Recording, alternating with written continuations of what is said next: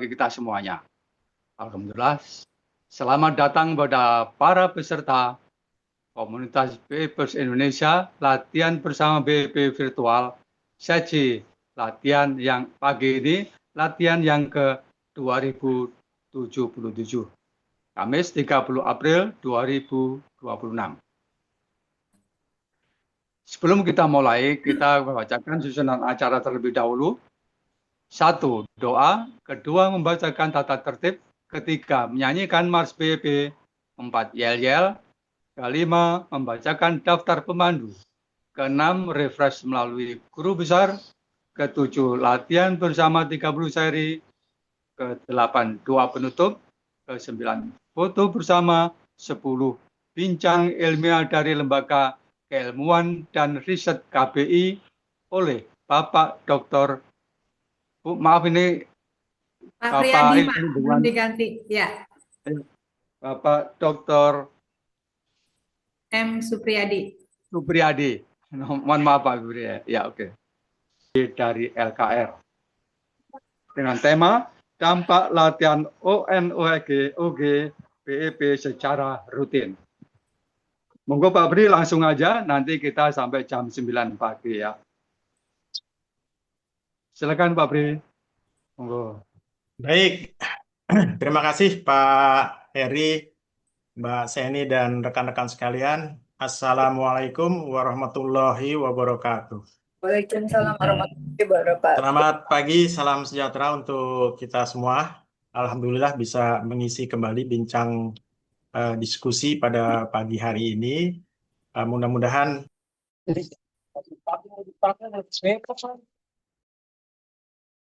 Bapak Ibu sekalian, mohon izin saya akan share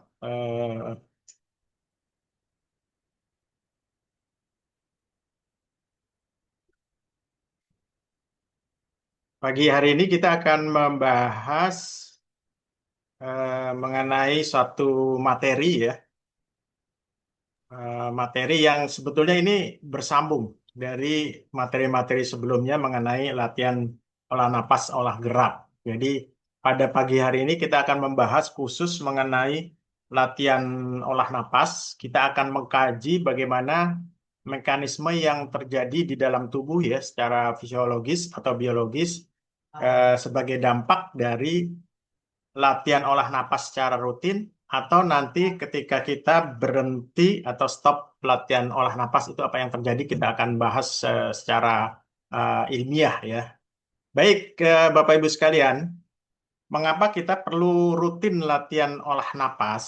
Kalau sebagai BEPers ya, sebagai pegiat BEP, maka pedomannya ini. Guru besar di dalam buku TOB halaman 29 itu ada menyatakan lakukan olah napas bioenergy power sesering mungkin apapun kegiatan kita. Jadi kalau saya terjemahkan atau saya tafsirkan ini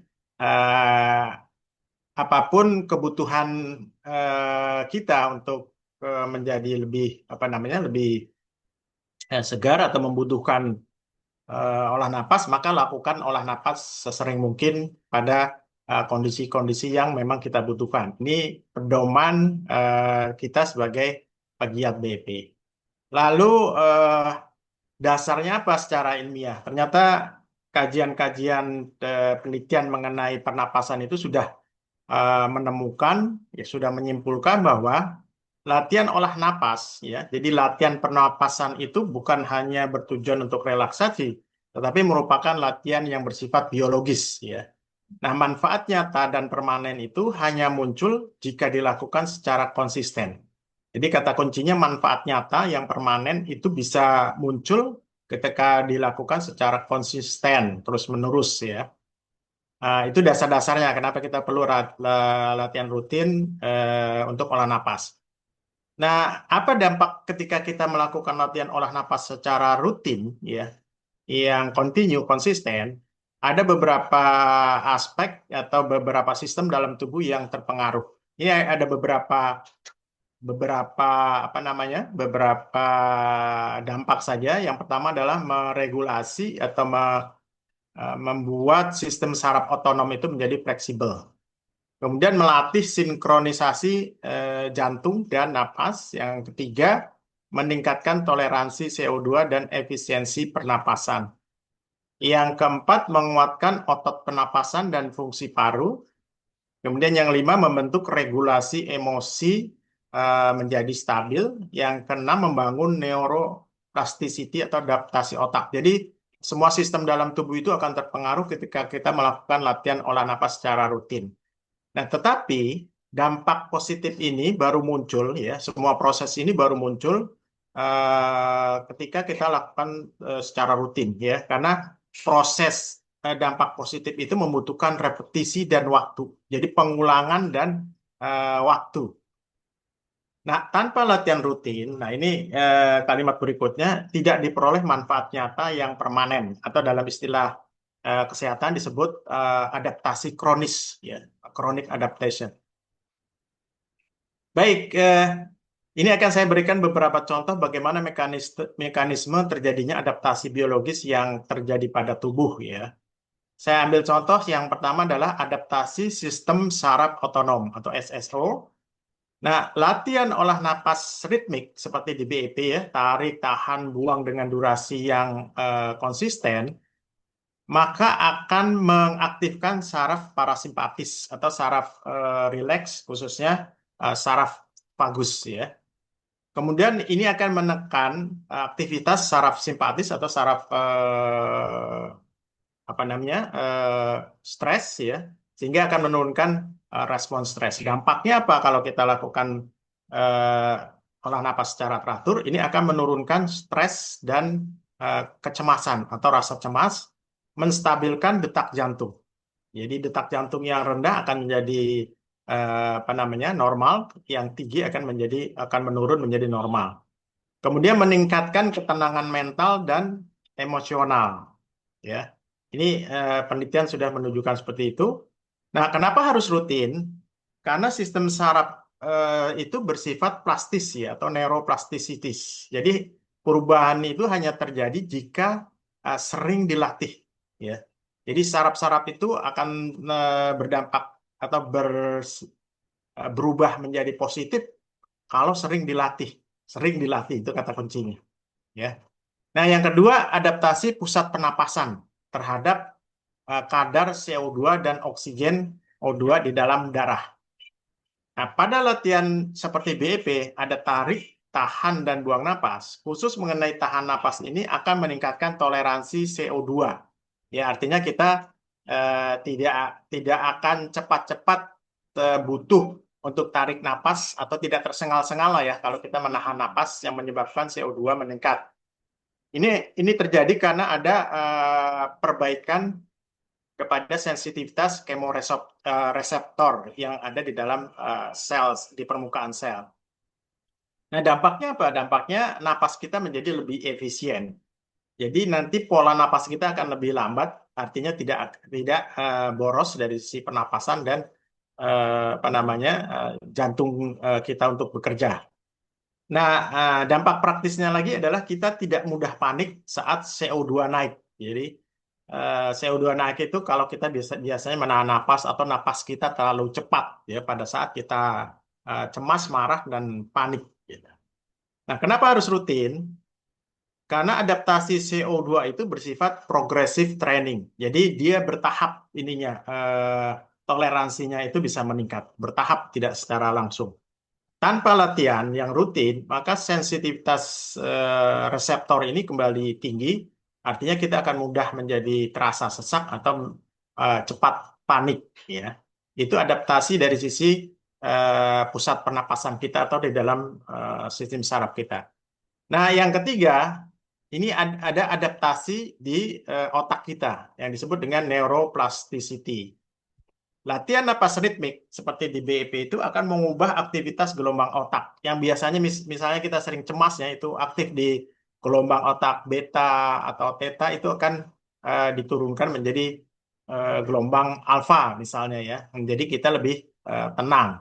Nah, ini akibatnya akan meningkatkan fokus dan ketenangan pikiran dan emosional kita.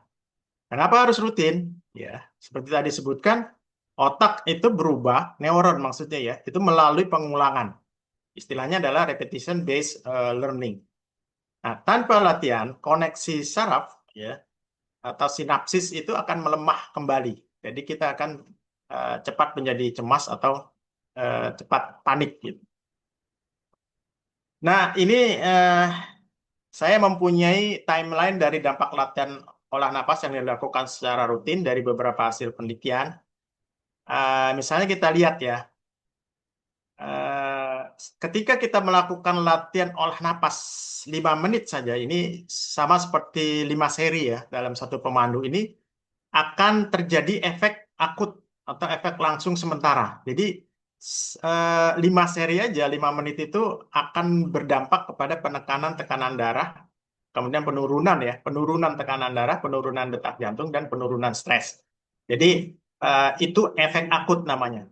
Tetapi efek-efek selanjutnya itu akan terjadi berbilang hari, bulan, bahkan bulan ya.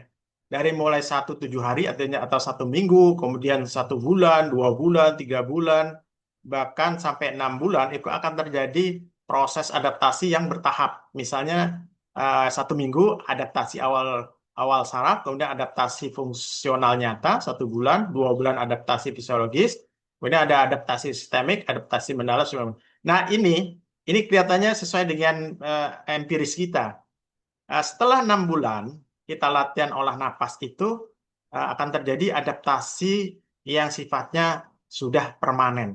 Jadi harusnya kalau kita latihan BEP sudah di atas 6 bulan, itu gerakan ketiga itu kita tidak akan mengalami rasa ngos-ngosan lagi ya, rasa tidak sanggup untuk menahan napas karena sudah terjadi adaptasi yang bersifat permanen. Jadi kalau kita masih merasa ngos-ngosan pada gerakan ketiga, artinya belum terjadi adaptasi yang maksimum ya setelah kita latihan BEP selama 6 bulan. Kemudian apa yang terjadi kalau kita stop latihan olah napas? Kalau kita rutin olah napas, itu adaptasinya berbilang minggu, bulan ya sampai 6 bulan. Tetapi kalau kita stop latihan olah napas, itu hilangnya cepat sekali, mulai dari hitungan hari sampai ke minggu ya. Misalnya nih, kalau kita berhenti 1-3 hari saja, maka efek relaksasi itu akan mulai hilang ya. Bahkan badan mulai terasa tidak nyaman. Nah, jadi saya ingat ini testimoni dari Bu Ning ya kalau nggak salah pada waktu setelah puasa ini menyatakan demikian ya. Kemudian nanti berbilang minggu ya, 1-2 minggu itu kebugaran akan mulai turun. Kalau sudah 1 bulan, maka kita akan mulai cepat gampang cemas atau panik atau cepat lelah. Nah, setelah 1 bulan kita nggak latihan, maka kita akan kembali kepada pola napas yang sebelumnya, misalnya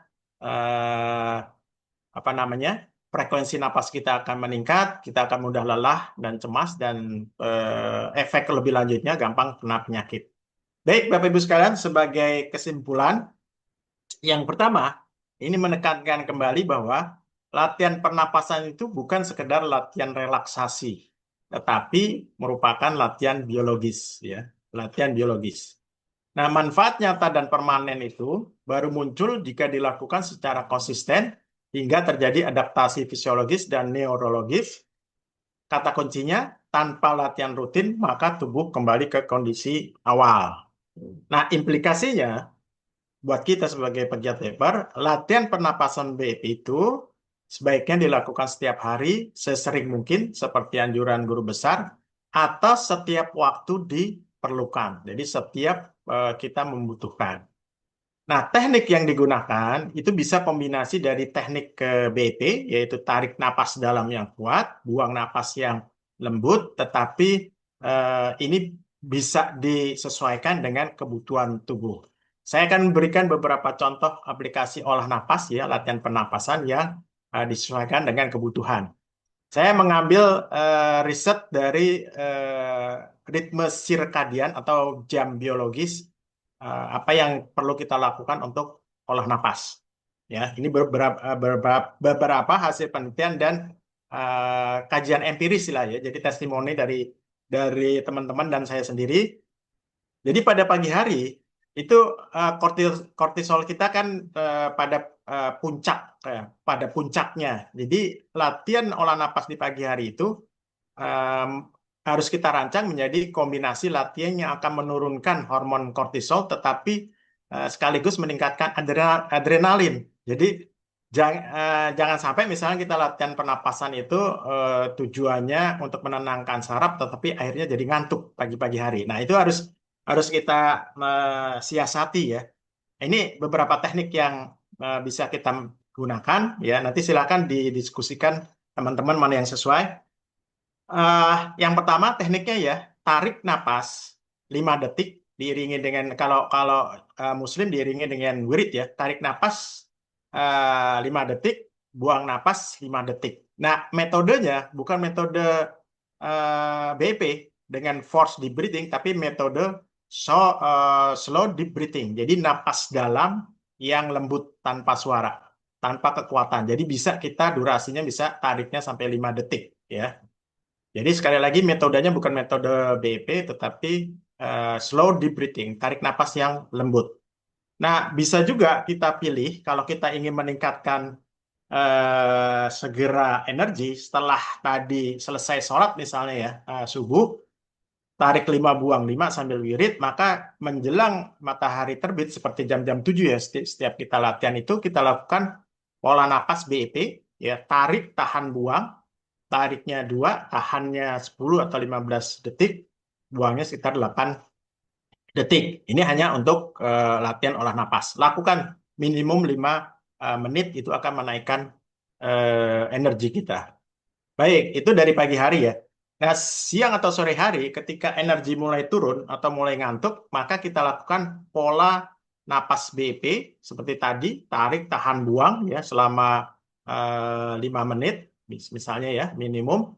Nah, malam hari, karena kita perlu tenang dan rileks, maka kita bisa memilih pola napas seperti tadi di pagi hari, tarik 5, buang 5 dengan metode slow deep breathing, ya, lembut saja, atau kita menggunakan metode 478, ya, yang sudah terkenal, atau pakai metode BEP, tetapi kita agak durasi tahan napasnya itu agak diturunkan. Jadi misalnya tariknya misalnya 2 detik, kemudian tahannya misalnya 5 sampai 10 detik, buangnya sekitar 10 detik. Harus lebih panjang karena kita butuh relax ya. Itu dari sisi ritme sirkadian. Bagaimana kalau untuk kondisi khusus yang seperti guru besar ketika dibutuhkan ya.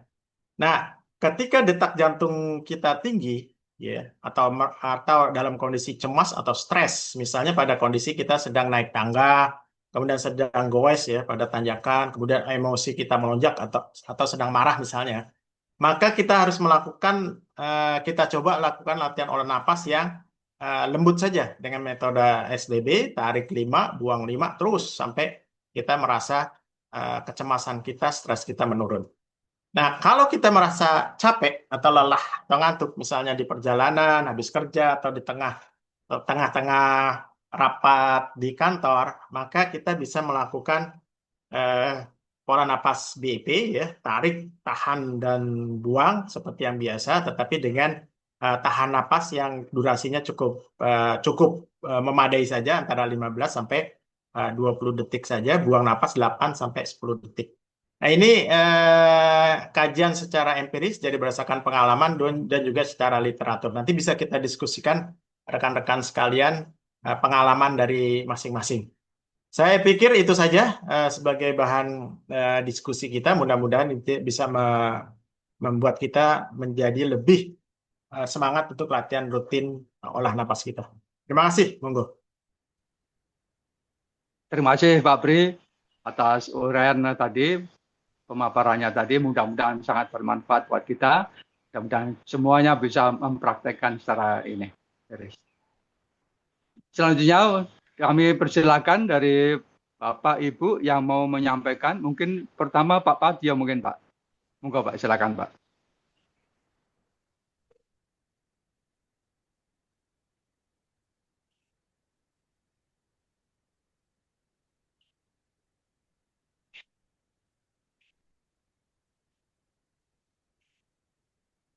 Masih di mute Pak Padil. Ya monggo Pak dibuka dulu Pak. Assalamualaikum warahmatullahi wabarakatuh. Waalaikumsalam warahmatullahi wabarakatuh. Bahasanya Pak Rahmat ini bagaimana suara? Bagus Pak, bagus. Ya, mohon maaf ini sambil sambil cucu pola mbah keperadah itu kata Pak Marwanto ya. Jadi cucu saya yang paling kecil itu PAUD nggak mau sekolah kalau eyangnya tidak nganter ya. Lah saya nganter sambil begitu masuk saya keluar lagi bergabung dengan ini. Karena rasanya kalau hari Kamis tidak bergabung itu saya merasa rugi ya. Ya, karena setiap Kamis itu selalu istilahnya Pak Pri itu memperkuat dan semakin memperkokoh tekad kita melaksanakan PIP secara lebih lengkap lah. Terima kasih Pak Pri. Dari sejak awal memang saya selalu mengatakan dan sering saya dengar dari Pak Ariangga itu memang satu itu sifatnya repetitif ya, repetitif harus diulang-ulang. Dan mengulang-ulangnya itu diharapkan pada waktu yang sama. Gitu. Jadi secara ritmis itu maksudnya waktu yang sama. Kalau diulang-ulang secara terus-menerus dengan waktu yang sama, itu ternyata dampaknya memang sangat luar biasa. Nah, sekarang semakin diperkuat dengan apa yang disampaikan Pak Pri tadi, apa yang saya pahami dan saya coba laksanakan secara praktek itu sehari-hari itu ternyata semakin memperkuat bahwa apa yang disampaikan Pak Ariangka dengan cara seperti itu ternyata terdukung ya oleh timnya Pak Pri ya. Jadi oleh karena itu anjuran saya selalu mengatakan kalau kita pilih yang dipopulerkan oleh Kementerian Kesehatan baik, benar, terukur dan teratur, saya selalu mengatakan teratur ini dulu yang harus diupayakan. Jadi keteraturan dengan secara ritmis dan teman saya menggunakan istilah Pak Cahyono nih istilahnya rutin, continue dan konsisten itu orisinilnya adalah dari Pak Cahyono pada saat kita pensiunan PU jalan-jalan kita latih PIP itu saya susah mencari istilahnya ya. Tapi beliau mengatakan rutin, continue dan konsisten. Jadi terima kasih Pak Pri. Jadi saya cuma itu aja yang saya sampaikan dan mari kita lakukan itu. Dan memang lama-lama saya malah bertanya, tapi mungkin belum waktunya ya. Saya itu kalau latihan sendirian ya, sendirian lebih bahasa agamanya lebih khusyuk. Itu kadang-kadang, mohon maaf ini ya, ini belum waktunya sebenarnya. Gerakan itu kayaknya kok seperti bergerak sendiri itu. Itu ini informasi sangat dini lah bahwa kalau gerakan itu saya itu merasakan gerakannya itu seperti otomatis gitu ya. Apa memang akan menuju ke sana atau memang menuju ke sana saya tidak tahu ya. Tapi intinya adalah hari Kamis itu memang rasanya sungguh sangat rugi kalau kita tidak mengikuti. Walaupun seawam sekalipun, termasuk saya sendiri itu termasuk golongan yang seawam-awamnya lah. Namun karena saya mencoba untuk menerapkan sami'na wa ata'na dalam agama itu karena ini diketemukan oleh seseorang yang kemudian seseorang itu telah wafat dan meninggalkan sesuatu yang secara empiris melalui testimoni itu kok semua testimoni itu mayoritas lah sebagian besar itu kok sesuatu yang perlu jawaban dan jawaban itu melalui LKR ini antara lain lah. Saya kira itu aja Pak Eri dan mudah-mudahan peminat juga akan semakin banyak karena akan semakin memperkokoh bahwa selama ini yang diinformasikan Pak Ariangka melalui berbagai macam statement-statement yang mungkin bobotnya itu belum ada penelitiannya, ternyata setelah dikaji lebih dalam kok ternyata oh iya. Ternyata oh iya gitu ya. Ya insya Allah mudah-mudahan kita semua semakin rajin mengikuti kajian-kajian pada hari Kamis khususnya, dan juga tadi diawali oleh Prof. Wahyu, dan itu juga merupakan jadi pintu-pintu masuk untuk dia lakukan penelitian lebih dalam. Itu saya sepakat diawali melalui refresh, karena refresh itu lebih rileks, lebih santai, dan lebih dengan bahasa-bahasa yang lebih santai gitu ya. Tapi ternyata memang kalau sudah melalui LKR kan saya perhatikan Pak Pri tidak pernah tidak mencantumkan referensi-referensi yang sangat lengkap. Saya kira itu aja komentar saya, Pak Heri. Terima kasih. Silakan yang lain. Monggo. Buka dulu Pak Heri. Buka dulu, Pak Heri. Ternyata kita sudah tua itu sering lupa membuka. Lupa. Karena sudah kurang terbiasa membuka seperti dulu-dulu ya. Iya. Apa minta Heri belum dibuka. apa minta dibukakan? Maaf. Ya. Biasanya Monggo Pak Amir, silakan. kalau dulu Ya. kita yang membuka, kalau sekarang kan kita dibukain gitu. Iya. Mungkin Pak Prof. Waluyo mau nambahin, Prof?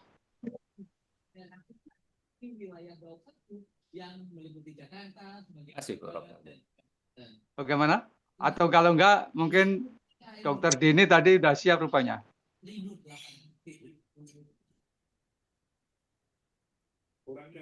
Enggak ada juga, udah ini. Halo? Mungkin yang lainnya sekarang. Kami ngambil kesempatan lainnya. Monggo silakan, siapa aja mau Saya Pak menyampaikan. Heri. Saya Pak Heri. Ya, monggo. Diskusi. Enak ini pendekatannya mudah, dipahami, tidak terlalu sulit ya Pak Pri ya. Nah, itu betul itu Pak Pri, saya rasakan seperti kemarin kan saya di mana saja karena tanpa alat, tanpa ragat ya itu. Jadi olah napas tadi Pak Pri. Cuma ada catatan Pak Pri. Tadi berarti dinamis, tidak harus ini, tidak harus itu gitu kan Pak Pri. Cuma kalau saya sesuai keperluan tadi, saya kalau 5 tuh masih berat rasanya Pak Pri. Jadi maksimum 4 gitu. Cuma tahan dan buangnya itu yang saya dinamis. Selama kita 7-8 itu biasanya saya 10. Ya, saya tahan 10, buang sampai ya tadi sama wirid kalau perlu sama kolhu gitu. Nah, itu rasanya lebih rileks Pak Pri, memang betul itu. Jadi tadi kalau tarik buangnya itu saya tidak sesuai pakem, sesuai keperluan. Begitu 10 rasanya kita, masih enak ya, tidak sesak. Saya tambah 15 gitu. Nanti 20 gitu Pak Pri. Terima kasih Pak Haryoto. Ada 2 poin ya. Yang pertama mengenai pola napas dinamis ya atau progresif. Yang kedua mengenai tadi musik ya, pertama musik. Ini saya teringat Pak Haryoto. Jadi tadi yang saya maksudkan dengan slow deep breathing itu adalah tarik dan buang napas yang pelan dan lembut. Jadi kita sebagai praktisi olahraga pernapasan, ya, praktisi olahraga pernapasan itu perlu mengetahui teknik-teknik pernapasan selain teknik BEP, selain teknik BEP. Karena kalau enggak kita nanti bisa berbahaya nih, berbahaya dalam tanda kutip ya. Saya kemarin mengikuti training di Bogor lah ya mengenai hipnosis ya. Nah, salah satu teknik yang diajarkan adalah teknik hipnosis ya dengan tarik napas dalam. Ya.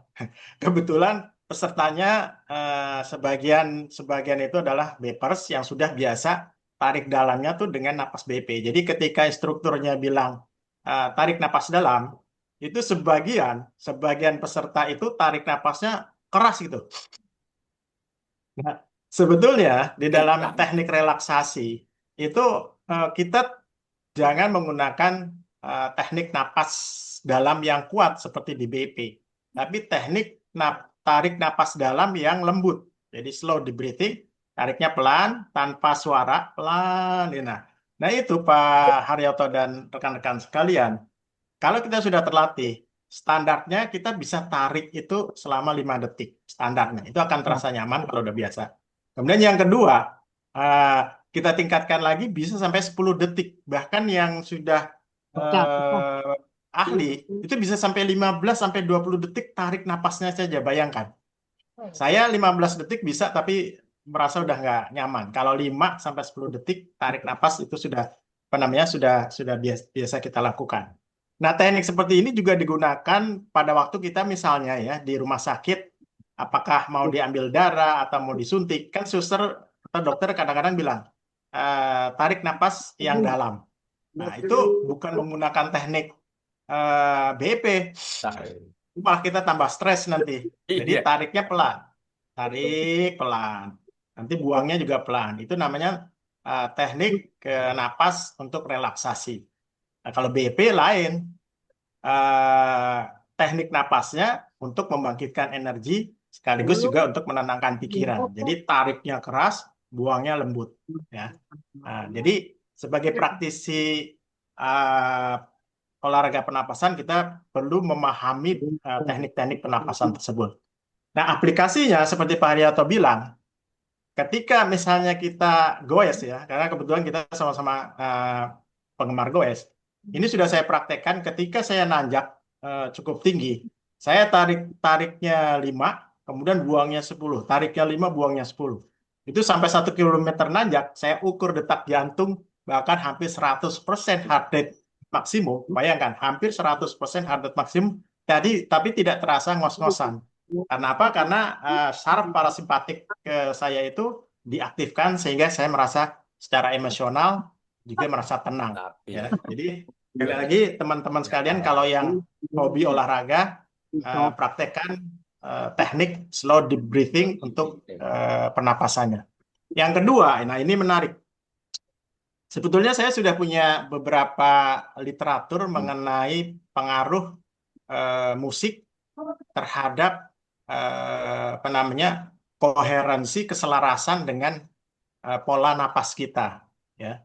Kenapa demikian? Karena saya tertarik dengan praktisi yoga yang selalu menggunakan lagu-lagu instrumental yang tertentu. Ya. Ternyata itu ada landasan ilmiahnya. Frekuensi musik itu akan selaras dengan frekuensi napas kita kalau disesuaikan. Jadi akan saling menguatkan. Istilahnya tuh modulasi frekuensi vibrasinya itu akan selaras. Jadi itu yang menyebabkan kita akan menjadi merasa tenang, menjadi fokus, ya, menjadi lebih berenergi.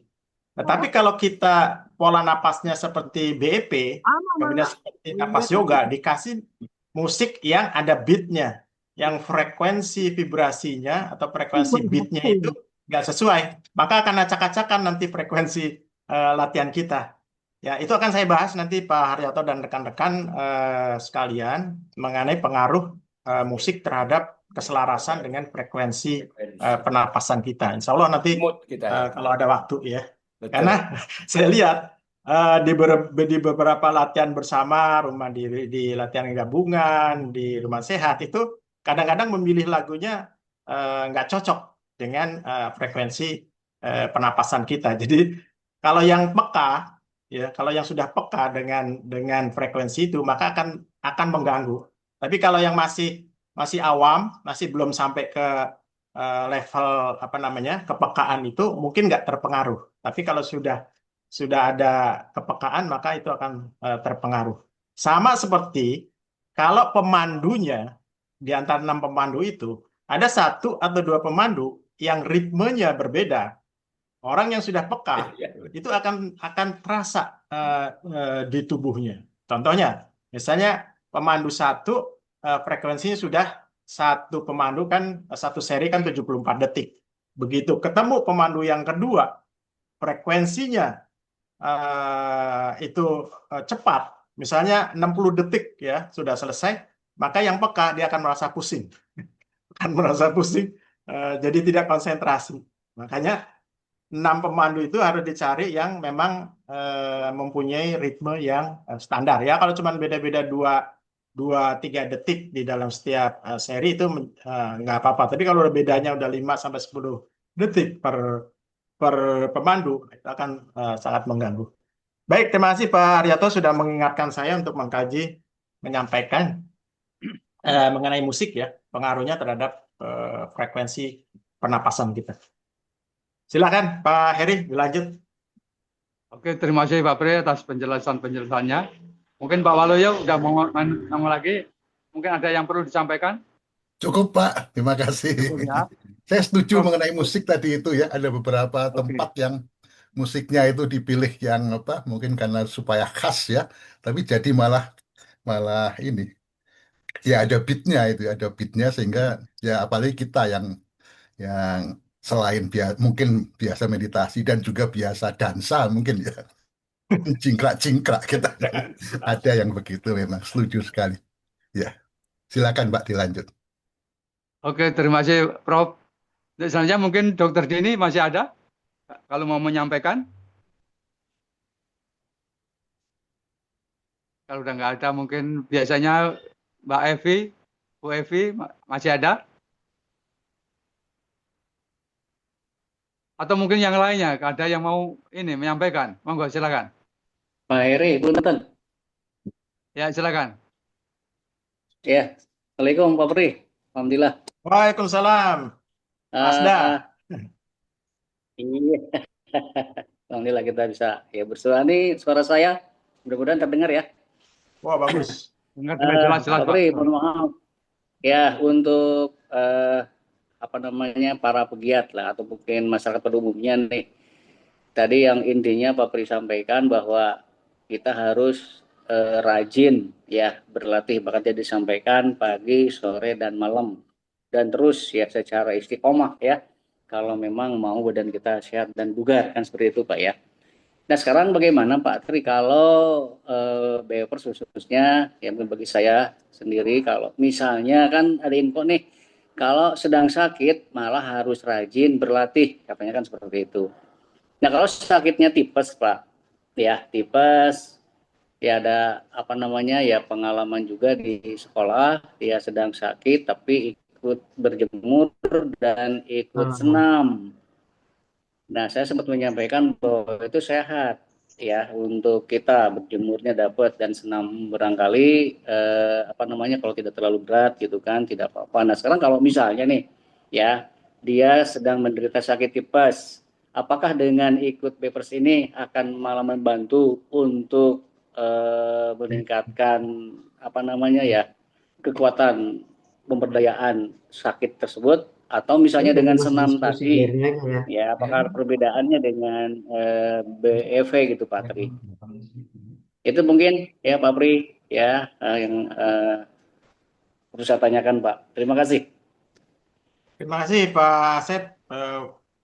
Tanyanya agak ini juga ya, agak berat. Tapi ini umum ditanyakan oleh BEPers ya. Kalau kita sakit, bagaimana untuk latihan BEP-nya? Nah, kalau sepanjang yang saya pahami, memang kalau anjuran dokter secara umum itu, kalau kita sedang sakit, apalagi yang agak berat ya, misalnya tipes, kemudian ya yang berat-berat lah ya, itu dianjurkan untuk istirahat dulu ya dari kegiatan fisik yang berat, karena memang secara rasional itu bisa diterima ya karena tubuh kan sedang membutuhkan energi untuk recovery ya untuk recovery nanti kalau ditambah dengan kegiatan fisik yang berlebihan atau tidak sesuai itu akan mengganggu ya proses recovery. Tetapi yang sepanjang yang saya pahami ini beda nih latihan fisik atau olahraga yang biasa itu kan tidak ada satu ya, tidak ada protokol olah napasnya, ya, tidak ada protokol olah napas ritmik, ya satu. Yang kedua, dia intensitasnya yang namanya olahraga seperti senam aerobik, itu intensitasnya agak tinggi, boleh disebut antara sedang sampai tinggi, ya, sedang sampai sedang tinggi. Tetapi latihan BEP itu punya sesuatu yang unik. Satu, dia ada mekanisme protokol olah napas yang membuat sistem di dalam tubuh itu menjadi rileks ya. Nah ini kan merangsang sistem di dalam tubuh untuk melakukan recovery. Itu satu. Yang kedua, Pak Asep dan rekan-rekan sekalian, kalau kita ukur, ini kebetulan LKR sudah mengukur, intensitas latihan BEP itu, kalau kita duduk, kalau kita duduk selama 30 seri, tetapi ini dengan jeda atur napas ya, setiap 5 seri, itu intensitas latihan kita itu masuk ke zona yang masih sangat ringan. Jadi kategorinya masih sangat ringan, sehingga secara fisik itu tidak akan menggerogoti misalnya ya kebutuhan energi untuk recovery, bahkan tadi dengan protokol olah napasnya menjadi lebih rileks ya. Nah, asal tadi ya latihan BP dilakukan duduk saja dan dengan atur napas. Ya, kalau kita mau 30 seri pakai atur napas setiap 5. Mau 20 seri pakai atur napas gitu. Karena atur napas itu akan menurunkan stres ya, detak jantung, kemudian hormon-hormon stres seperti hormon simpatis, hormon adrenalin itu akan turun sehingga tubuh akan lebih adaptif terhadap itu.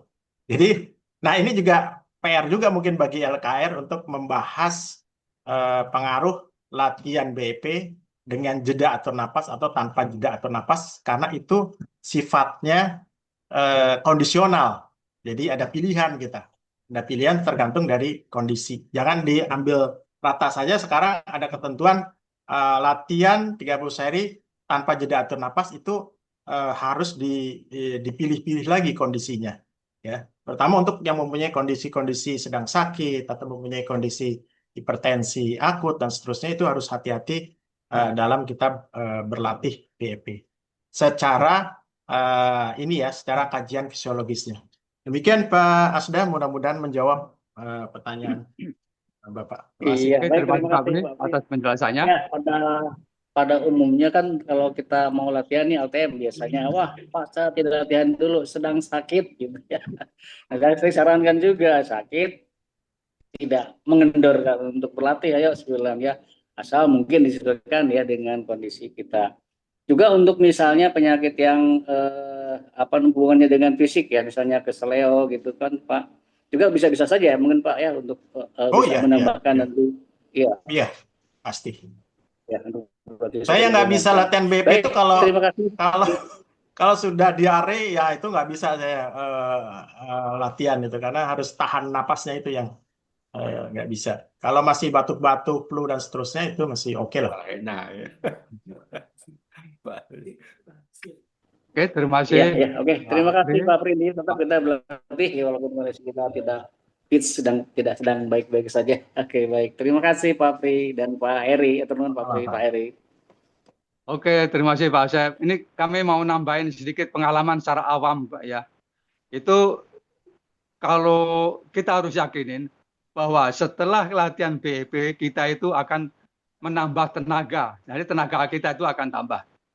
Sedangkan khususnya sakit tipes, sakit itu adalah kurang tenaga. Apalagi begitu kita kecapean, tipes itu mesti kambuh.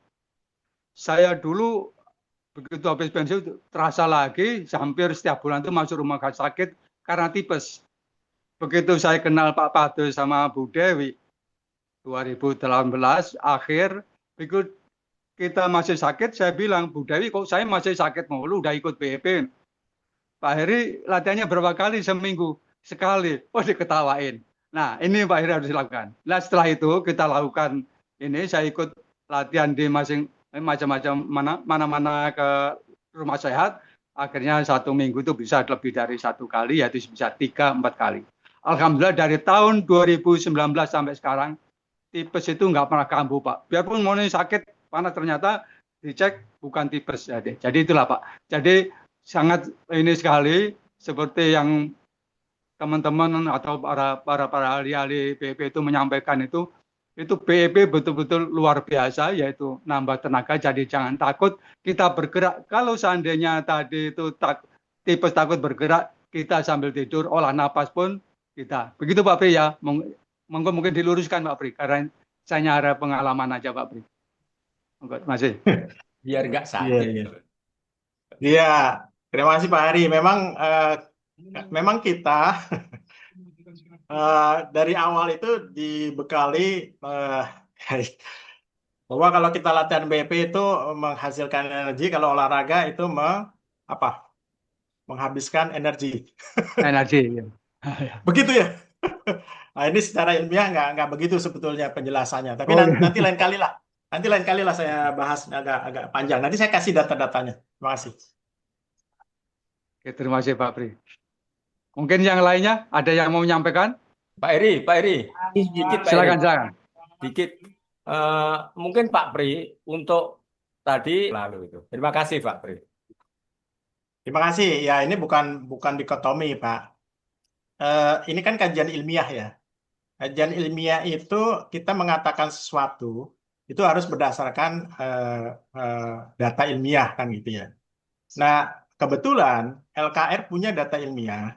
Kalau kita lakukan latihan secara kontinu, ya, terus-menerus tanpa jeda atau napas, dengan latihan 30 seri dengan jeda atau napas, itu semua ada data-datanya, ya.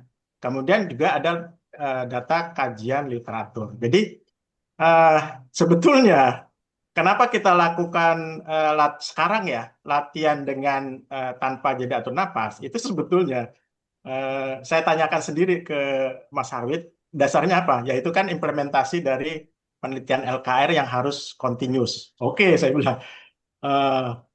Mungkin ada implikasi hasil penelitian LKR, tetapi yang saya ingatkan pada waktu itu ada plus minus, ya, ada plus minus latihan dengan jeda dan latihan tanpa jeda. Itu ada semua datanya, saya sudah sampaikan juga. Cuman belum ketemu waktunya kapan kita diskusikan supaya secara keilmuan, secara ilmiah kita bisa tahu dasarnya gitu ya. Ya, betul. Dasarnya gitu. Jadi tidak asal percaya atau melaksanakan begitu saja.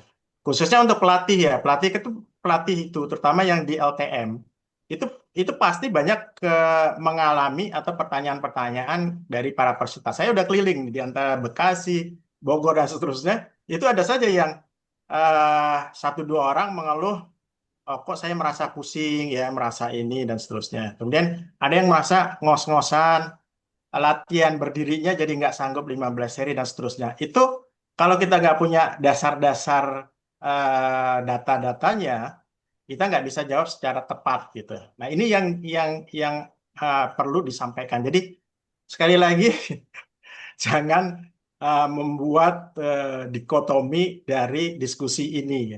LKR berbicara selalu dengan basis data. Ya. Nah, implikasinya itu nanti tergantung dari para petinggi. Seperti kemarin ya, pada waktu bulan puasa itu, Pak Haryoto, itu kan saya sampaikan, berdasarkan kajian LKR itu, latihan tanpa jeda atau napas itu akan meningkatkan pembakaran kalori lebih tinggi, kemudian detak jantung lebih tinggi, sehingga akan berisiko meningkatkan dehidrasi ya, sehingga itu data LKR. Nah, kita nggak membuat rekomendasi apa-apa, tetapi kemudian disambut oleh admin dan beberapa teman, dan kebetulan ada Dokter Usman yang langsung menangkap, oke, kalau begitu selama latihan bulan puasa kita lakukan latihan dengan jeda atur napas gitu ya Pak Heroto. Jadi LKR menyajikan data, silakan untuk pengambilan keputusannya, pelaksananya pada tokoh-tokoh yang memang berwenang untuk itu, gitu ya. Jadi LKR nggak akan merekomendasikan sesuatu, tetapi hanya menyajikan data saja. Itu keputusannya ada di tingkat yang lain, ya. Ada di tingkat yang lain. Terima kasih Pak Rianto, mungkin itu bisa menjelaskan. Ya, terima kasih. Mungkin dari yang lain, terima kasih Pak Pri. Mungkin ada yang lain mau menyampaikan, waktunya Dr. masih 5 Dini menit Pak lagi. mau menyampaikan Pak. Dr. Dini mau nambahkan Pak. Iya. Monggo, silakan.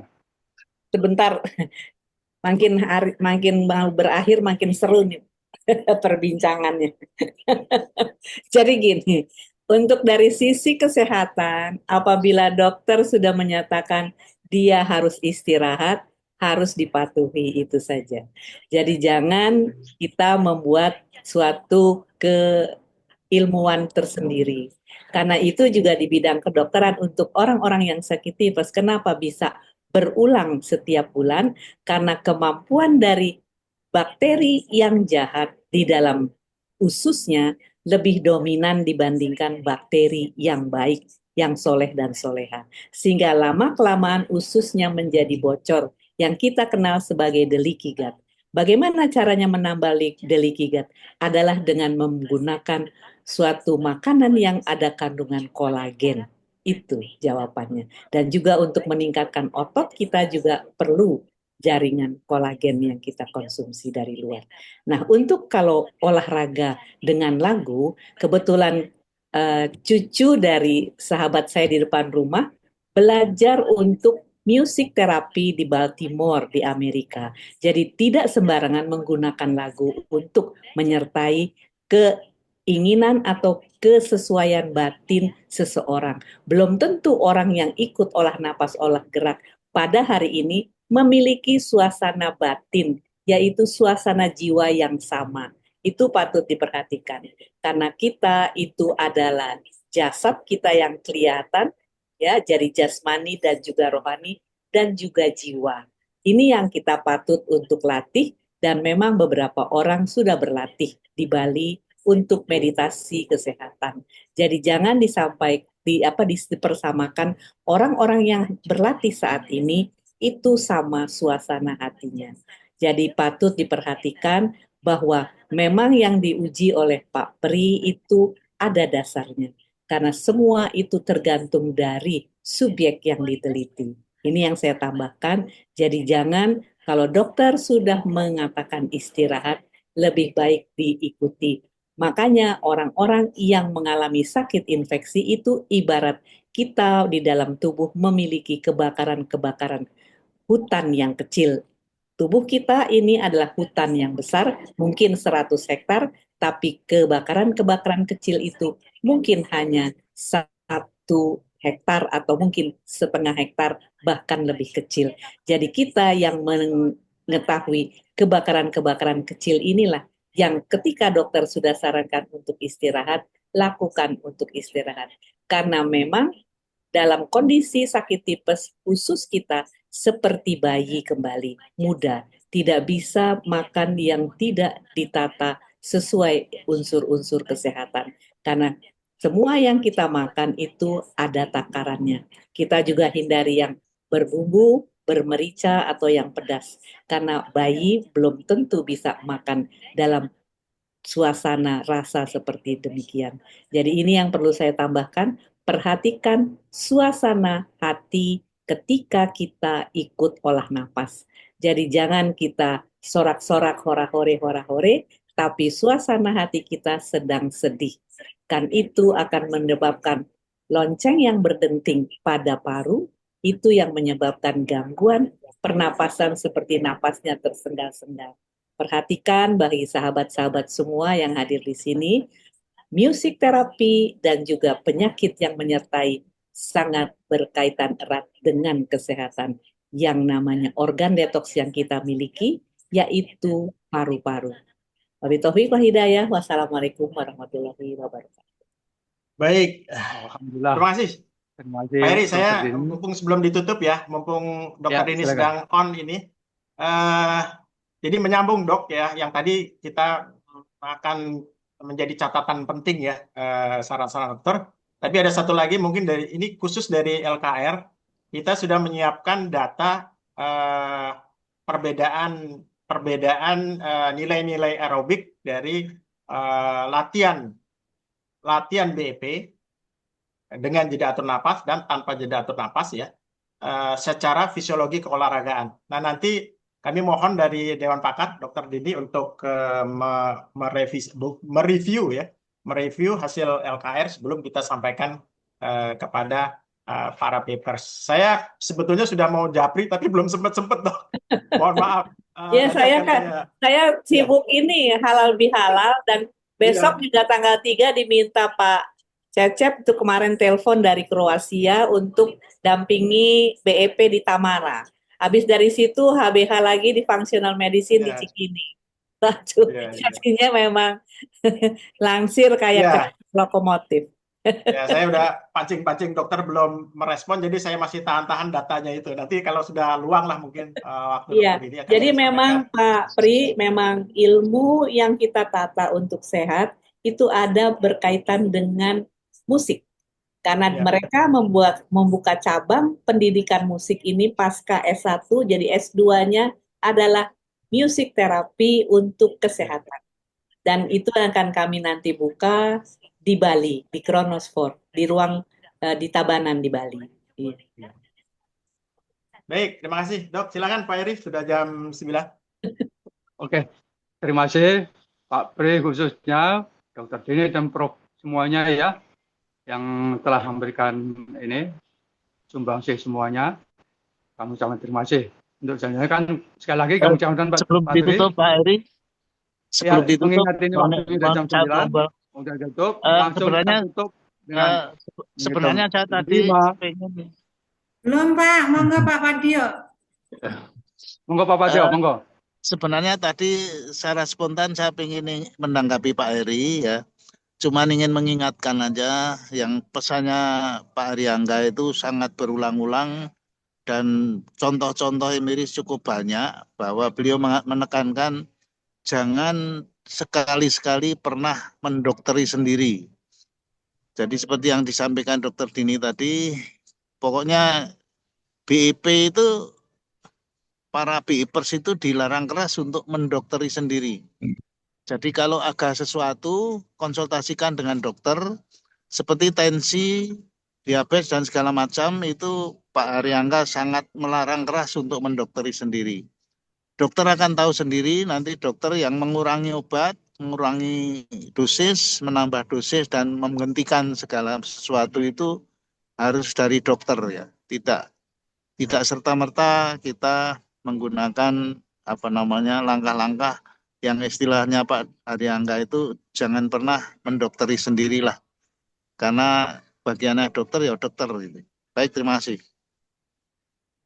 Terima kasih Pak Padio, kita diingatkan kembali. Sekali lagi kami ucapkan terima kasih dan mohon maaf atas segala kekurangan. Untuk itu, mengingat waktu sudah habis, kita tutup dengan menghitung 5 mundur. 5, 4, 3, 2, 1. Assalamualaikum warahmatullahi wabarakatuh.